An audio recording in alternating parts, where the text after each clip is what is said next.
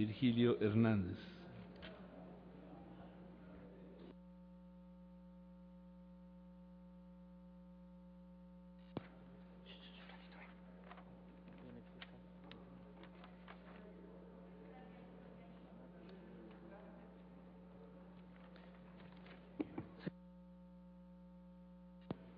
Señor presidente, muchas gracias.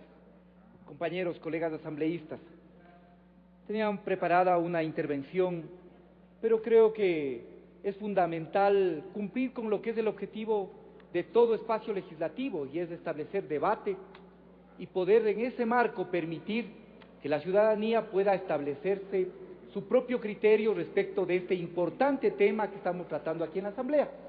De tal manera que me voy a permitir intentar polemizar o sobre todo puntualizar la perspectiva que tenemos en el bloque del movimiento respecto de algunos de los temas que se han señalado aquí.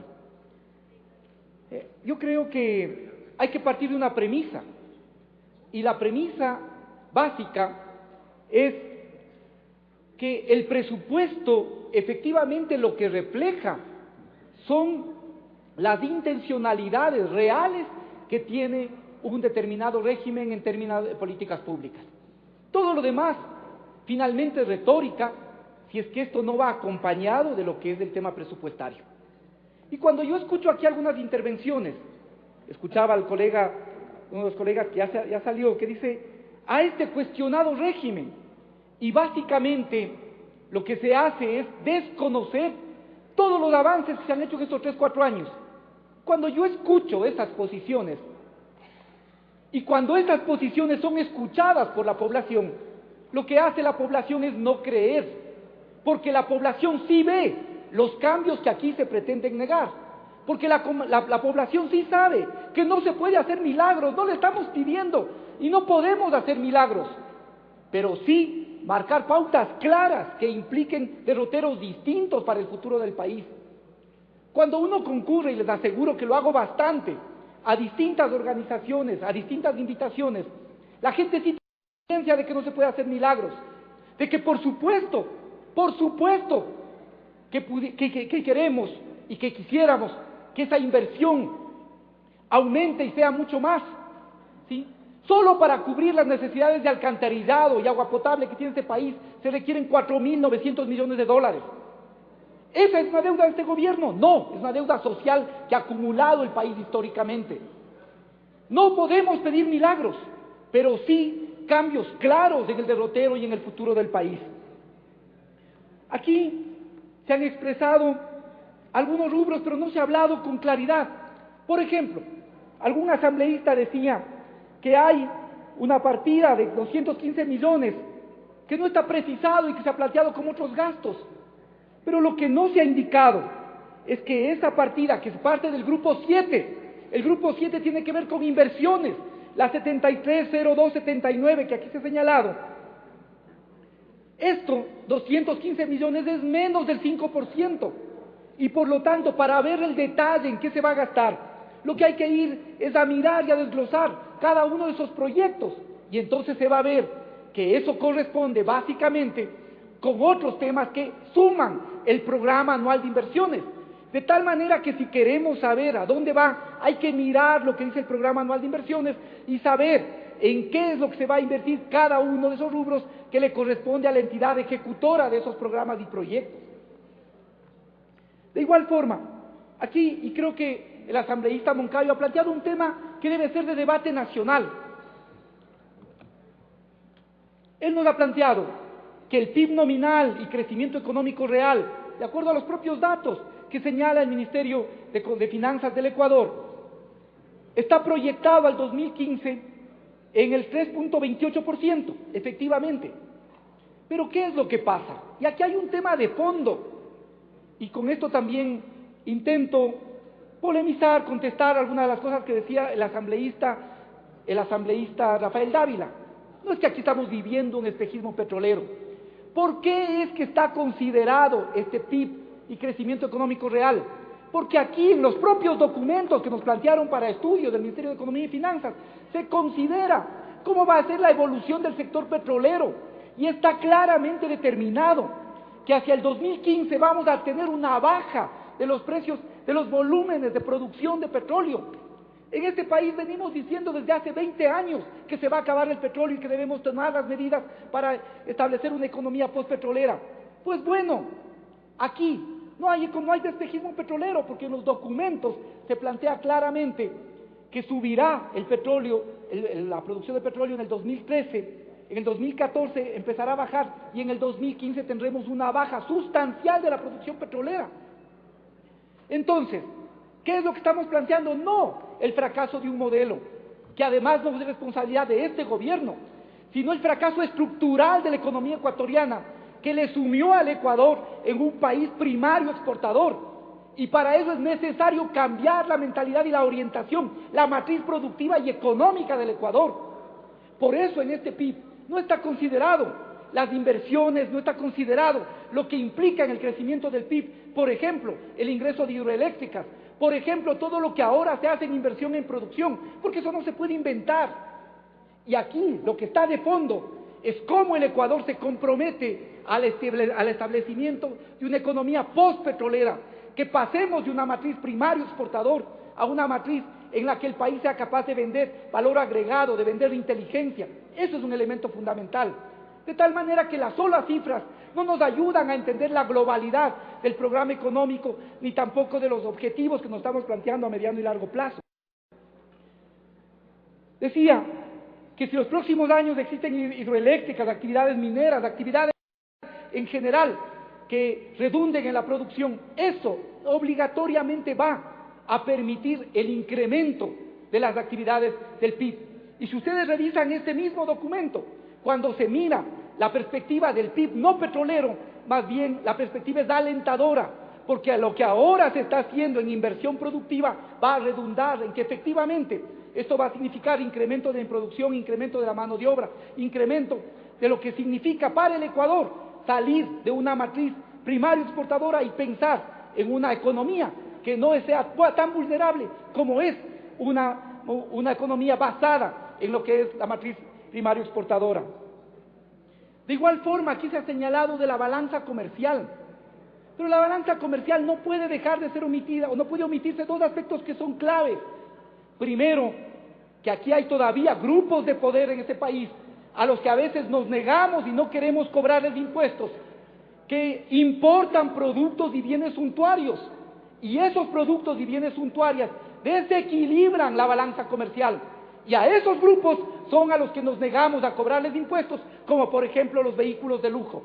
Y lo segundo, que es una cosa importante, la economía del país se ha especializado precisamente en esto, en producir, en establecer productos para la exportación, con lo cual el Ecuador, si no cambia esta matriz productiva, está condenado a sufrir los efectos que se vivan en el mercado internacional, como los que en este momento se viven, por ejemplo, en Europa, y que nos impactan o nos pueden impactar directamente a la economía ecuatoriana. De igual forma, aquí se ha repetido, no voy a aclararme en esto porque el colega Velasco ya insistió, que aquí los impuestos son para la burocracia, ¿sí? Pero por favor, cuando se invierte en salud y en educación, cuando se contrata maestros, cuando se contrata médicos, cuando los médicos trabajan 8 horas, eso es burocracia, pues. Y eso precisamente lo que ayuda es a mejorar las condiciones de vida de los ecuatorianos. Por eso es que la población nos sigue creyendo. Por eso es que la población ve que no hacemos milagros, pero que sí damos muestras claras de que el país se preocupa por la gente. Entonces, no solo que el aumento en burocracia es aquí negativo, sino que el aumento en burocracia puede significar mejorar las condiciones de vida de la gente. De igual forma, dice que los impuestos se gastan en burocracia, pero por supuesto, porque estamos cumpliendo la regla constitucional. Los gastos permanentes se financian con ingresos permanentes. Ya el asambleísta Velasco puso un ejemplo excelente. Si seguiríamos la regla que aquí nos están planteando, nunca podríamos tener acceso a una casa. Yo personalmente tengo en este momento, comprando una casa, con préstamo hipotecario, pues. Si solo esperaría tener los ahorros para poder comprar la casa, quizás no lo haría nunca. Estoy comprando un vehículo con préstamo, si es que esperaría tener y que esto me alcance para poder comprar un carro, no podría nunca cambiar carro. Entonces, lo que nosotros le pedimos al país no hacemos en la vida personal. Esto no es coherente ni congruente. Luego se ha planteado lo del déficit. Y creo que aquí hay una cosa importante. ¿Qué es lo que estamos haciendo? Pensando precisamente en que ahora estamos logrando, hay un déficit, pero ¿por qué ese déficit? Porque hay una importante inversión. Y eso precisamente nos va a permitir en el futuro ahorrar dinero.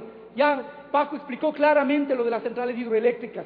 Pero de igual manera, ¿qué va a implicar esto?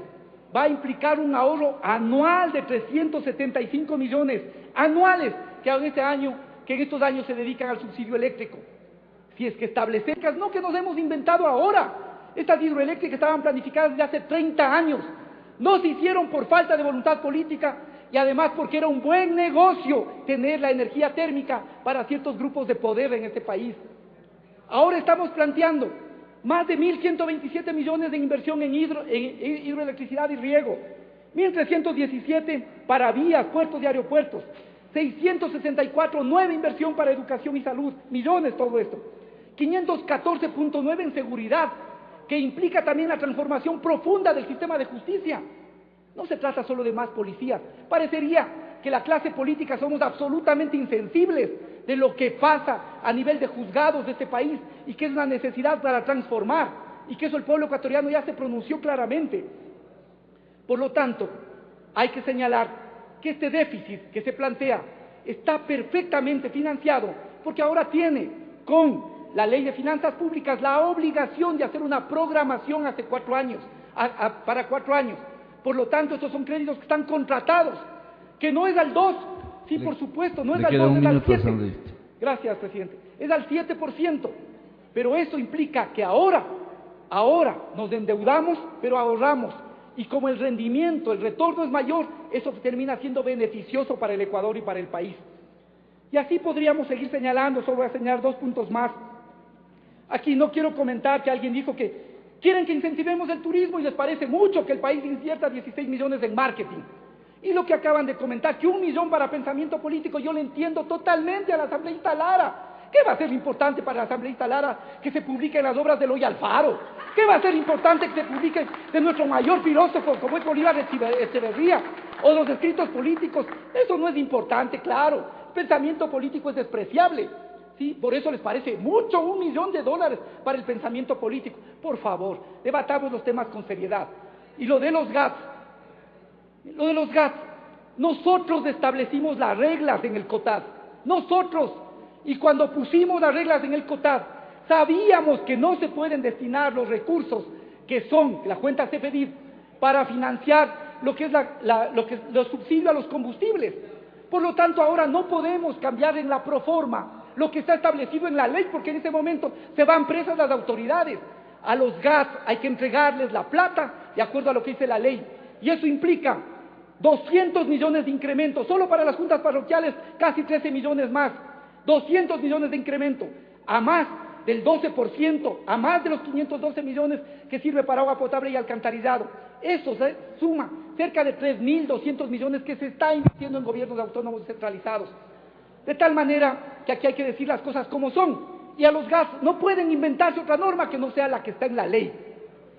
Yo finalmente quisiera simplemente sugerir al presidente que pensemos efectivamente en realizar algunas observaciones que puedan ser recogidas, ojalá, por el presidente. La primera, creo que es importante que en la proforma se establezca la obligación de que el Ministerio de Finanzas territorialice la inversión. No estamos buscando atender como guetos a los pueblos y nacionalidades indígenas. Eso fue en la época neoliberal, nos contentaban con CODEMPE, con PRODEPINE, y después lo grueso se dedicaba a financiar la banca. Pero hay que territorializar. Creo que la observación importante es que territorialicemos los presupuestos. Segundo, creo que hay que observar que tiene que cumplirse la obligación respecto de los temas de participación ciudadana. Tercero, coincido en que hay que observar respecto de la inversión para economía popular solidaria, agricultura, para el fondo de tierras, creo que es importante. Y cuarto, creo que es importante que se evidencien los recursos de la reforma tributaria que entró por de la ley de tal manera que estén adecuadamente considerados en el presupuesto. Esas observaciones, colegas asambleístas, y creo que este sí es uno de los temas fundamentales que el Ecuador espera que debatamos. Gracias.